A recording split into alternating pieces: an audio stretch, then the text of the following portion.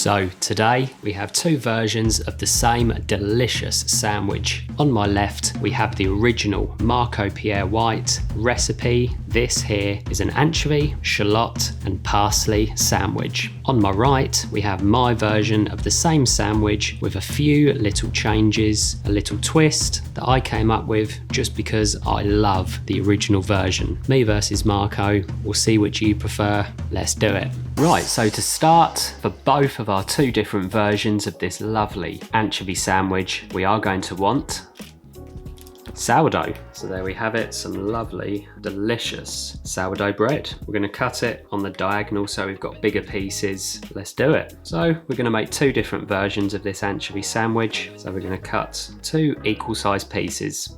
And just a quick disclaimer as well, as I know the comments are going to be full of comments about the fact that this is a sandwich without a lid. This is a Marco Pierre white recipe. He calls it an anchovy sandwich. I'm going to call it an anchovy sandwich. Does a sandwich need a lid? I think so, but who am I to argue with Marco? So we're calling it an anchovy sandwich, but feel free to leave a comment below telling me that it's not in fact a sandwich. Yeah, I know. So let's do it. Fairly thick. We want a nice bit of crunch to this sandwich. In fact, I guess you could call this an open or deconstructed sandwich possibly. Either way, who cares? Flavour is flavour. So we only need two pieces, but while I'm at it, let's cut off a few more. So there we go, our sourdough prepped, ready to toast. And then we're gonna make our two different versions of this delicious anchovy sandwich. So let's do it. So the grill is on and we're going to toast our sourdough. Sourdough is under the grill and we want to get this toast slightly charred just around the edge, not too much, but we do want the toast to add a very slight bitterness to go with the kind of sourness of the sourdough, just to kind of cut through everything perfectly. So check it every few moments. So there we go, that is what I'm talking about, just there around the edge, the slightest little bit of charring. Toast will be done in another couple of ticks. Let's have a butcher's. Oh yes. Now that is some perfectly toasted toast.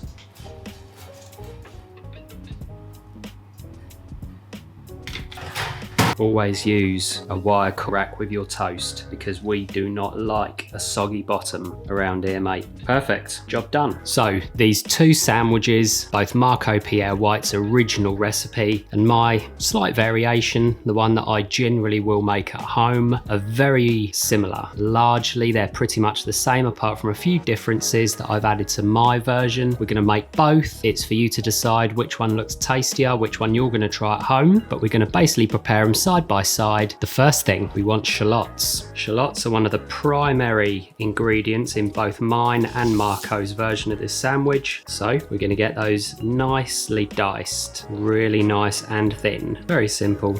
Get the top off and the bottom. And then from there, cut your shallot in half. One is probably going to do me. Peel off the skin and the first layer, this kind of papery layer. We do not want that in our sandwich. Again, I'm calling it a sandwich. Sandwich without a lid.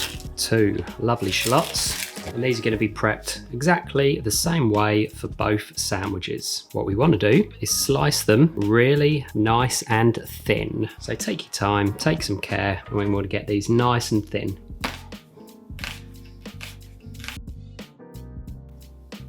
So there we go, as you can see, really nice and wafer thin, almost translucent. We got the other half of the shallot there because we're going to be doing slightly different things with the shallots. So we want one bowl, that is going to be for this shallot here. So get that lot in the bowl. And this shallot here is going to be for my version of this sandwich. So pop that to one side. Next, Marco's. So exactly the same, really nice and thin. Slice your way down, take your time. Doesn't have to be entirely uniform, but we do want each slice to be fairly thin. There we go. And this is Marco's version. So into another bowl, that also goes to one side. Next, the star of the show, our anchovy fillets. If I can get the lid off, a little trick. If you have a dodgy lid, Give it a little stab, that should be good to go. And we just want to dump out our shallots along with the oil out into a bowl. So get your out. And again, these are really good quality anchovies. Spend a bit of money on them. They're the main ingredient. Even for really good ones, they're not that much money. So there we go, our beautiful fillets. So there we go, proper anchovy fillets those. Nice and big, meaty, and importantly, anchovy oil, which I'll get to in just a second. Anchovy fillets to one side just for a moment, because my shallots for my version of this sandwich, and the first point of difference between mine and Marco's, we want a lemon. And the first step, very simply, zest the lemon into the bowl with the shallots. Just a nice coating, perfect. There we go, you don't have to go mad, but we want a good amount of zest in there. Really livens this sandwich up and gives us another little dimension of flavour, although this dish is all about simplicity. Next, a splash of lemon juice. So just take a nice slice off one of the ends and add a nice squeeze into our shallots. You know what, tell a lie, I'm going with 2 slices. Squeeze in your lemon juice, there we go. What I want to do is add 2 or 3 drizzles of the anchovy oil, and then break up the shallot, give it a good stir, coating it in our zest, lemon juice and anchovy oil, of course. And to finish off my version, I'm going to add a few good twists of black pepper. You don't need salt for either mine or for Marco's version. The anchovy takes care of all the seasoning for us. So there we go, that's my shallot. I'm going to pop that aside with the other shallot. I want a little bit of chive. Bunch the chive together, keep it even at this end, and you want to kind of claw it a little bit, pinch it together with your fingers, and then quickly and confidently get these diced up really nice and fine. So here we go, dice your chives, really nice and fine. This is another point of difference between mine and Marco's versions of this beautiful sandwich. Both are delicious, both work, but I just played around and experimented a little bit. So there we go, that's our chive. Pop that into a bowl. The chives for me add a slight oniony flavour, which I think works really well. Clean down our board and we're ready to put both of our sandwiches together. So first of all, the base for both sandwiches, we want our sourdough, freshly toasted and smelling amazing. There we go, one for me, one for Marco, let's do it. We want unsalted butter, very important to go unsalted. Also, this butter has been softened, and you want to be nice and generous with your butter. We want a really nice layer on there. The butter is not just to lubricate this sandwich, or these sandwiches, of course. It is an ingredient. It brings with it texture, flavour, so very important. Essentially, we're making like an anchovy butter. Equal amounts on both, nice thick layer. And this is where me and Marco are in absolute agreement. Butter makes everything taste better.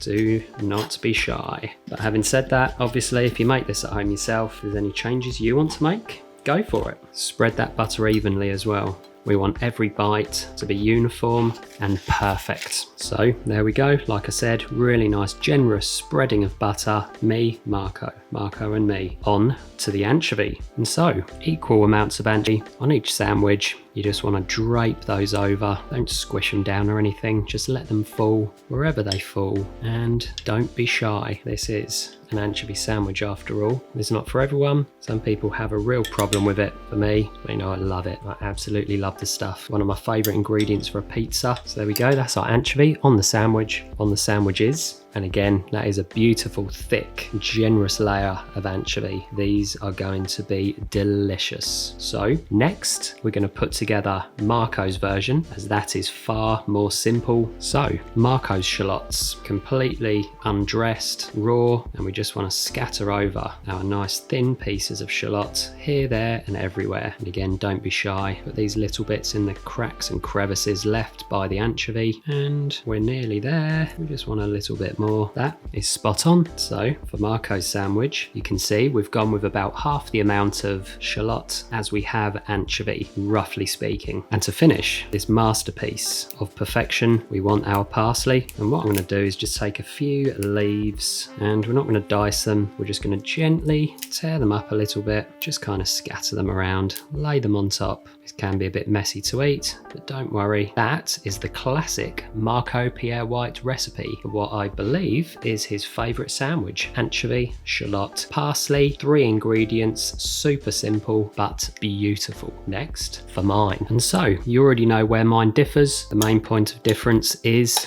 in the shallot, which has been dressed in lemon zest, black pepper, anchovy oil, and so they've started to soften. So I'm actually going to spoon these on there, and you want to put on the same amount as for the other sandwich. Nice pile. These have somewhat kind of pickled, I want to say. Lovely. And so there we have it, my version with our dressed shallots. So time to finish our chives, and I just like to add a little sprinkle. There we go, job done. The finishing touch, just the same as the main man's sandwich. We're just going to scatter over a few leaves of parsley. Don't tear them up too much, just let them fall. And there we have 2 delicious versions of the same sandwich. This is an anchovy, chive and parsley sandwich a la Marco Pierre White, a la the West Country Kitchen. The proof is in the pudding, the taste is in the test. Let's do it. Let's start with the original beautiful simplicity, just a handful of ingredients treated with a bit of respect and care. Let's go. So Marco first. Let's see if this is as delicious as I remember. Oh yes.